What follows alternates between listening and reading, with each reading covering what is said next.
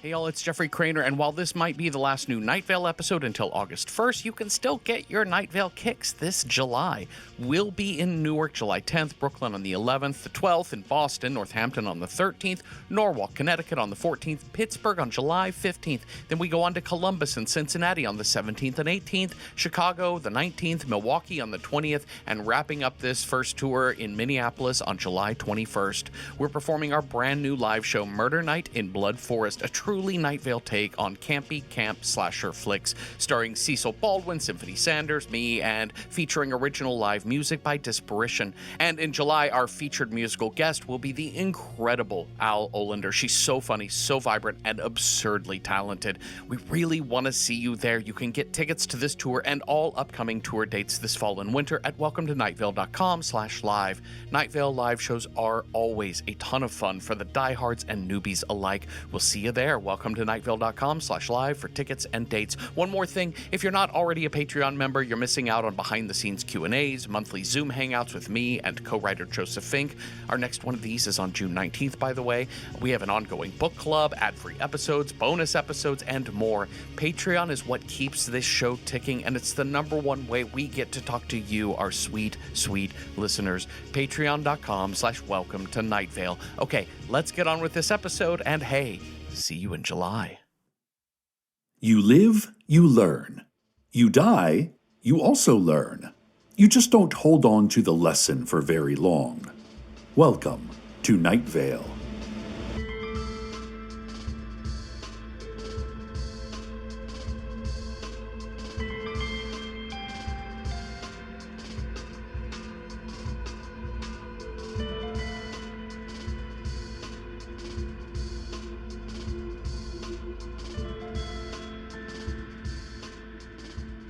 All is in chaos, all is in ruins.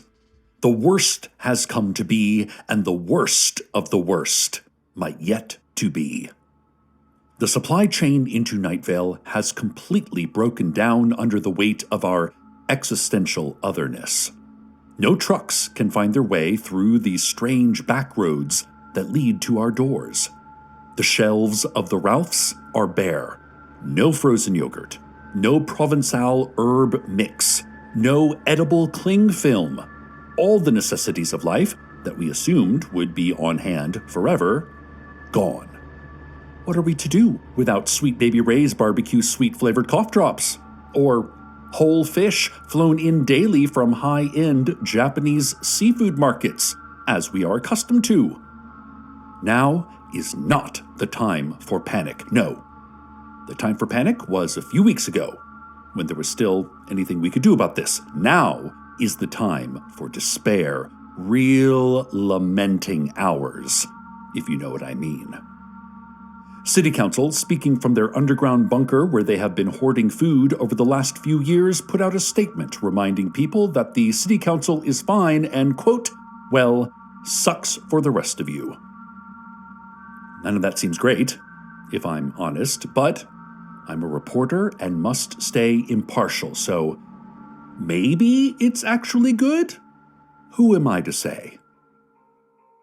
Meanwhile, Steve Carlsberg, my friend and brother-in-law, is leading the men who are not tall and the men who are not short through town, a silent procession. They are leaving behind Labyrinth, which sought to use them toward unknown and inhuman ends. They are leaving behind their generic labels and asserting each of their specific identities.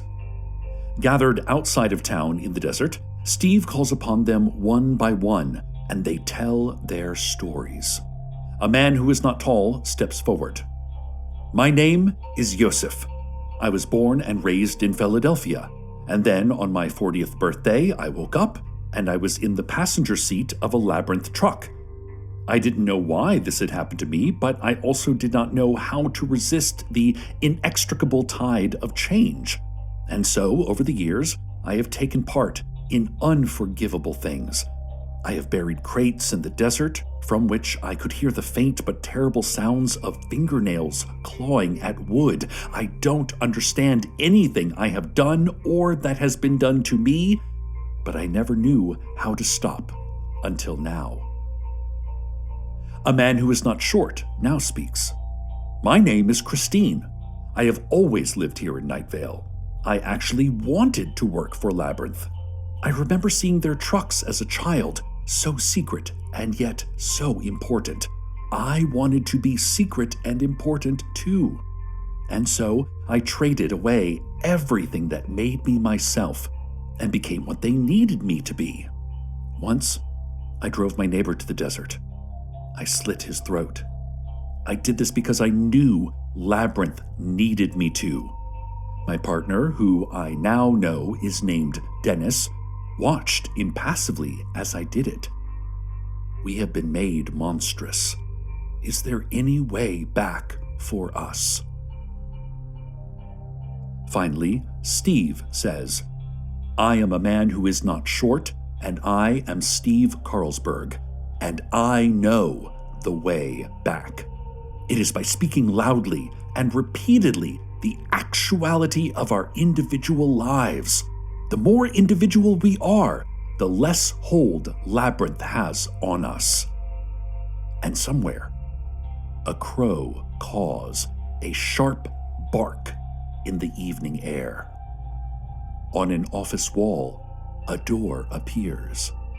A woman who is both not tall and not short steps out of it, a look of sad determination on her face. The supply chain crisis is, of course, not only affecting food. Toilet paper is obviously a no-go, but really, you should have joined the go outside and spray at it with the garden hose revolution when you had the chance. It's time we caught up with the rest of the world. And it's almost impossible to find AA batteries. Although, weirdly, there are more AAA batteries than ever. We are practically swimming in those useless things. Other core essentials that have become impossible to find: printer paper, laser discs, wiffle bats, scratching posts, horse figurines. I repeat, you cannot find horse figurine 1 in the town of Night Vale. Gordon Moreno, former PTA president and current head of the Night Vale Consumers Association, announced he had something to say, and then screamed for several continuous minutes into the microphone until he passed out from lack of air. He is currently resting in our break room, although every time he wakes up, he just starts screaming again. Frantic Night Vale citizens are standing at the edge of town, waving glow sticks and shouting, "Here, truck! Here, truck!" to try to help trucks find their way to Night Vale, but all to no avail. Soon enough, we will have nothing left to eat except AAA batteries, and those things taste terrible. Out in the desert, Steve speaks to the people of Labyrinth. They will not let us go peacefully. We have always known that. We are the milk they churn into the butter of oppression, or, a better metaphor than that.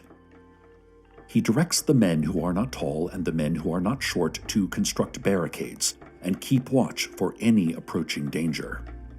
Other groups try to teach each other martial combat. I think you put your thumb inside your hand when you punch, says a man who is not short, helpfully, so your thumb is protected. Everyone else nods eagerly. Steve does not take part in this training. He sees something that makes him lose interest in everything else. It is Abby, his wife, and Janice, his daughter. They have come not in an unmarked black sedan nor a box truck with the Labyrinth logo on the side, but in the family hatchback. The family embraces, here at the edge of everything at the turn of history. I'm sorry. I lost myself even for a moment. And I'm sorry that in finding myself, I have put you in danger, Steve says. Yeah, man, it sucks, says Janice. It really does, says Abby. You shouldn't have done that, and it has made our life a lot harder. Steve nods. I know. I can only try to find my way back to you. And to do that, I must face this. Sounds like some macho BS, but go off, King, says Janice. Please be home for dinner, says Abby. They get back in the hatchback. They leave Steve in the desert. He is more scared, less focused than before, but the great task in front of him remains. Back in town, a woman who is not tall and not short passes the Moonlight All-Night Diner. A man rolls around in the parking lot. Mud womb, the man says. Mud womb. She reaches down and touches the man on the forehead. The man makes a shuddering gasp, and then he dies. She leaves the body on the dusty asphalt and continues her slow, unstoppable walk toward the sand wastes, toward Steve. Word is in now that not only are food and basic consumables unavailable due to the complete collapse of the supply chain into Night Vale, but even day-to-day items like washers, dryers, laptop computers, and wood chippers are nowhere to be found. I bought a laptop just last week, so obviously I have been thinking that it's time for me to get a new one. But everywhere I looked, the Ralphs, the Worst Buy, Diana's Computer and Crab Shack, they're all out of stock. Now I'm stuck with this antique machine that can barely open an internet browser in half a second. It makes me feel less than, honestly, and that's the supply chain's fault. Susan Escobar, the second-grade scrying teacher at Night Vale Elementary School, has been in the market for a new stove. I don't want nothing fancy, she said, unprompted, to a passerby who mistakenly made eye contact. Just a cherry red gas range. Has to be gas. I don't believe in electricity, on account of the Lord. But there is no stove to be had, gas or otherwise. Not anywhere Susan has looked, and she says she has looked everywhere. I've even tried scrying, she told me, although I hadn't asked. But the bones are silent. If there were a stove, those bones would find them, but the trucks won't come. She shivered, even though the afternoon was blisteringly hot. The trucks won't come, she muttered again. The sun starts to set, and the shadows of the people of Labyrinth stretch far out from their bodies. Steve stands at the top of a hill, and his shadow casts itself all the way to the bottom. He is watching a woman who is both not tall and not short as she picks her way steadily up to him. She does not cast any shadow at all. The barricades do not slow her, and not a single one of the brave talking people of Labyrinth make a move to defend themselves. Finally, she reaches Steve. He tenses, but she merely meets his eyes steadily. Behind her eyes, there is a chasm of deep time that makes him feel like vomiting. The people of Labyrinth shudder in quiet fear as the woman and Steve face each other. Somewhere, on the radio, a man says something about the weather.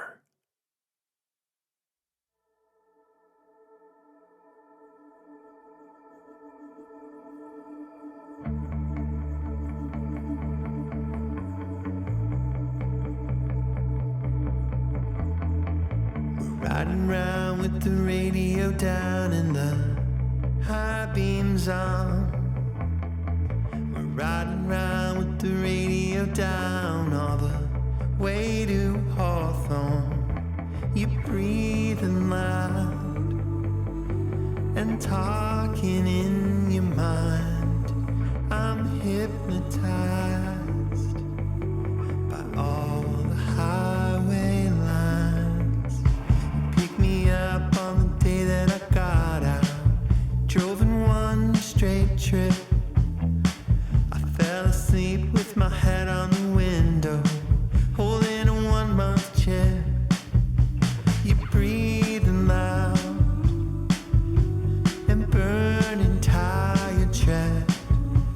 that you're here right now.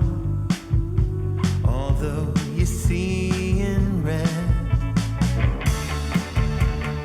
So just keep driving around. 2 feet from the street. With the radio down.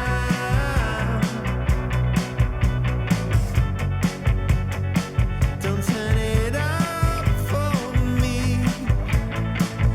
No.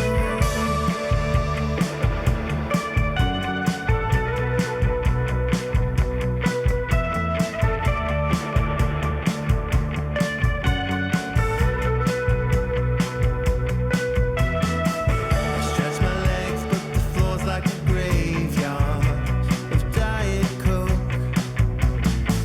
The ceiling still got a couple of burn marks from when you smoked. You breathe them out and talking in your mind, but I won't let you down. Won't let you down this time, no. So just keep driving around like gasoline is free. With the radio down. Don't turn it up for me. Don't turn it up for me. Don't turn it up for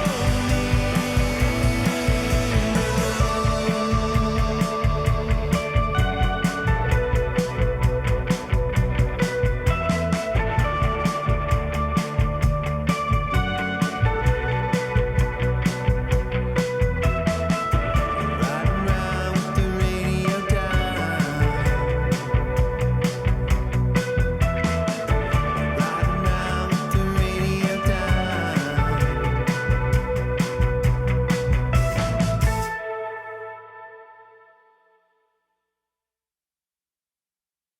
The woman who was both not tall and not short sighs.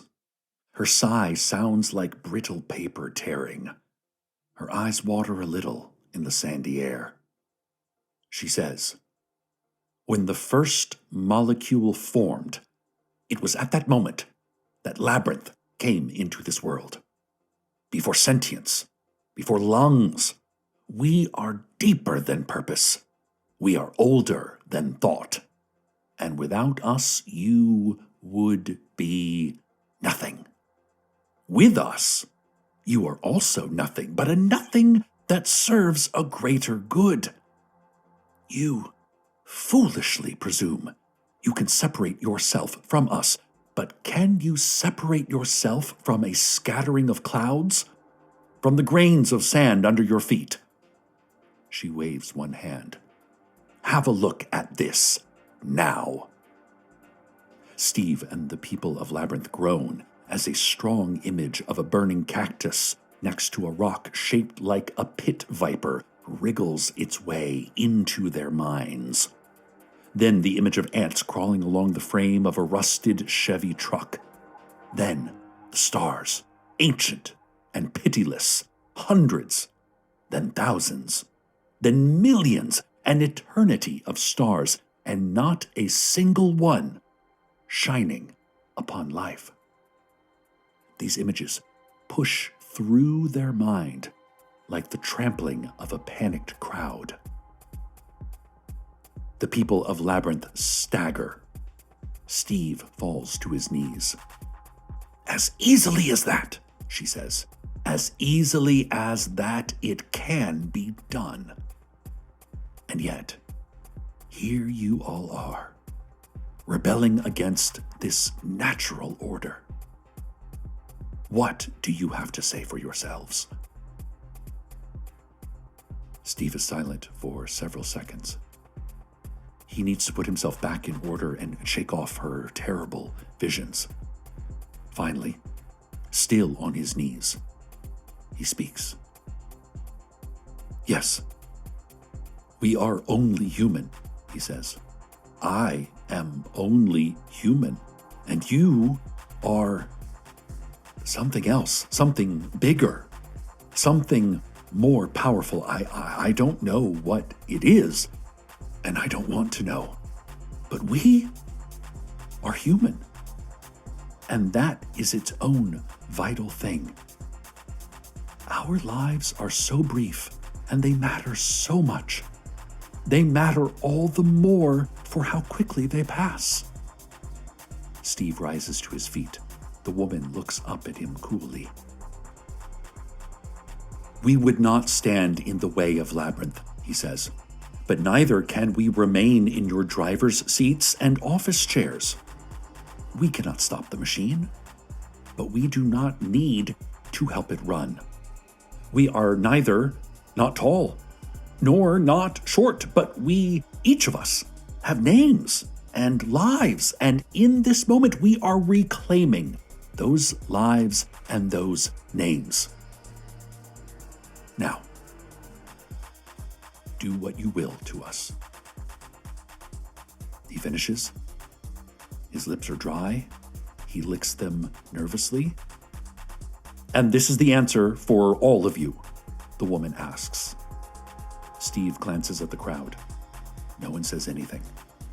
Finally, Christine, in the front, nods. Emboldened, Steve looks back at the woman.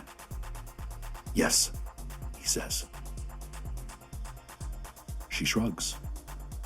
Fine, she says. You're all fired. We purchased that self-driving rideshare company, Detour, because we needed a system that lacks the weakness of humans. Only the cold reliability of ghosts who drive cars. Now, please, bury your company IDs and keycards in the sand of the desert. She tilts her head. On a personal note, Steve Carlsberg, you are the only interesting human being I have ever met. Not that interesting. Not more interesting than a supernova, for instance, but a little bit interesting. Done with words, she turns and walks back through the sand wastes toward Labyrinth headquarters at the same steady, slow pace with which she had arrived. Steve begins to laugh. And the crowd laughs too. They howl with laughter, finally free and utterly lost. Steve and the people of Labyrinth turn, still laughing with relief and fear, and walk back through the sand wastes to their town. They are only citizens now, like everyone else, but they have made themselves separate from their neighbors, and they don't know what to do next. Janice and Abby are waiting for Steve at the city limits, leaning on the hatchback. He rushes to them, and they embrace again. It's done, he says. I'm only here for you now. I don't know what I'll do for a job or how I'll support the family, but I'll figure out a way. And most importantly, I'll be there every day. I love you. Then he looks up in confusion. Around them, the citizens of Night Vale run here and there, screaming and throwing trash cans and small shrubs. Why is everyone wailing? Steve asks. Have you not noticed that nothing has been able to come into Night Vale for weeks because trucks can't find their way in or out? Says Janice. They get lost. Their navigation systems can no longer handle the strange highways through the desert. Steve shakes his head. You don't use a navigation system. To drive on those roads, you need a language that comes beyond thought, that happens in places in your brain you didn't even know existed. Well, I guess truck drivers can't do that, says Janice. No, says Steve. but I can. He gestures at the newly unemployed crowd behind him. We all can. Which is how Steve and the former members of Labyrinth commandeered the big rigs left behind by frustrated truck drivers who couldn't find their way out of town. Steve and his people used their innate impulses of movement to cross the desert. Take Route 900 out of town until you see the tree that looks like your mother weeping, and then make a left on a small dirt road. Eventually, you see two old logs that look like they are arm wrestling, and from there, it is a slight right, and then a sharp right, and then, boom, you're in Omaha. That's just an example. They brought us back food and toilet paper and finally a new laptop for me so I don't have to keep using this thing that is almost 8 days old now. Ugh.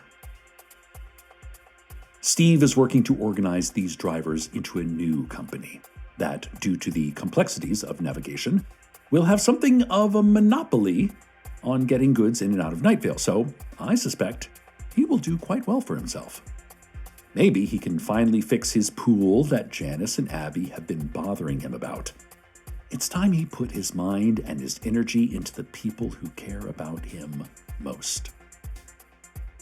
Meanwhile, the box trucks and cargo vans and unmarked black sedans of Labyrinth are self-driving, using the ghosts of Detour.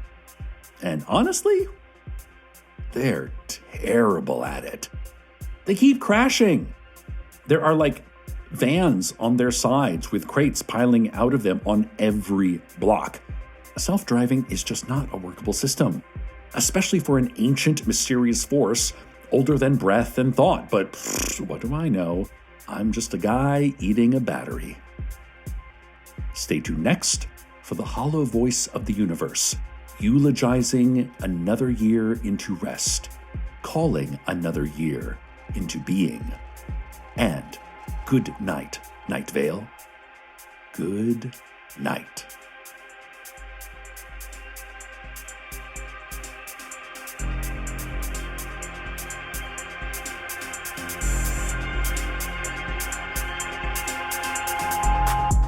At a little house, on a little street, in the scrying Druid housing development, a man named David Lane stands on his front lawn eating a popsicle. He found the box of popsicles in his fridge. They're shaped like SpongeBob SquarePants from the last time he had a weekend with his son, which was a while ago. Probably for the best. He doesn't know if he has anything to offer his son but disappointment and SpongeBob popsicles. And his son deserves better than that. David had a very strange experience a few weeks earlier. Yes, strange is relative in a town like Night Vale, but he had been propelled by an inexplicable force to drive into the desert, and there a man had put a knife to his throat. He was going to die, was supposed to die, but instead, the man had let him go, and he had run home, promised to become a better human being, a better father, even though he knew these were not promises he would be able to keep. He licks his popsicle. Freezer burned. It really has been a while since his son has visited. A woman walks up to him. "Hello," she says, as though they have an appointment, and she is checking in. Hello? He says back. He doesn't know who she is. "My name is Tabitha Littlefield," she says. "I founded this town." "Okay," he says. "It's nice." "What?" she says, cocking her head. The town. It's nice." He wishes he wasn't holding a freezer-burned popsicle shaped like SpongeBob SquarePants. He feels that this woman might be the change he has been waiting for, his way out of this sad stasis. And he is right about that. She opens her mouth wide, and then wider, And then, beyond any human capacity, her mouth is a tunnel to a dark nowhere. The sky turns red, or it seems to. David is not holding the popsicle anymore.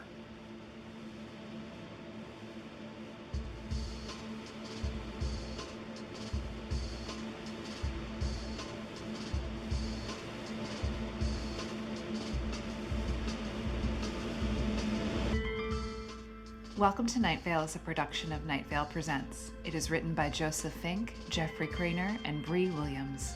Sound design and production by Disparition.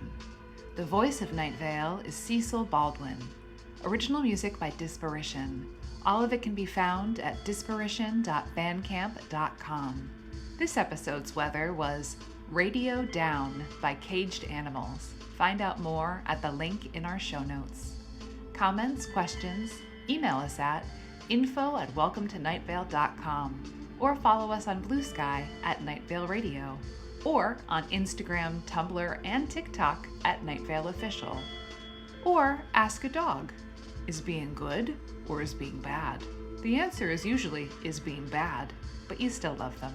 But mainly check out welcometonightvale.com, where we have a twice monthly mailing list that is the best way to keep up to date directly from us to you. Today's proverb: to tell the difference between left and right, just make an L with both hands, and the hand that is on your left is your left hand.